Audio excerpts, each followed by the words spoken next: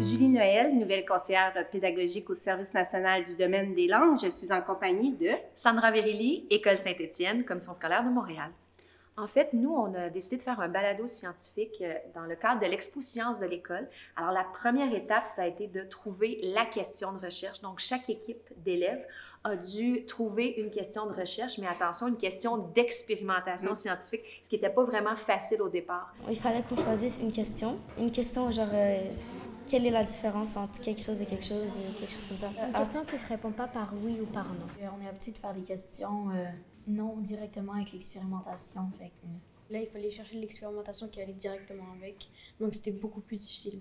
Pour faciliter le tout, on a utilisé l'application MindDomo afin de créer une carte heuristique. Donc, les élèves ont décidé de trouver leurs questions, en fait, toutes les questions qui les passionnaient, qui les intéressaient. Et à la fin, ils ont trouvé leurs questions, celles qui avaient envie de travailler pour un long laps de temps pour l'Expo Sciences. Avec leur question de départ, ils pouvaient ajouter des branches pour la modifier, l'améliorer, changer quelques mots. Comme ça, on pouvait bien documenter tout le processus de la question de départ vers la bonne question.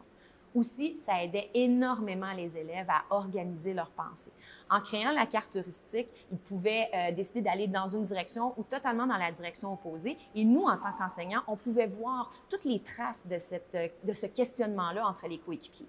Et comme la carte heuristique se faisait entre coéquipiers, la communication spontanée était très intéressante à observer pour les enseignants. Sacha et moi avons la même hypothèse. Nous pensons que le déodorant maison est le plus efficace contre les odeurs.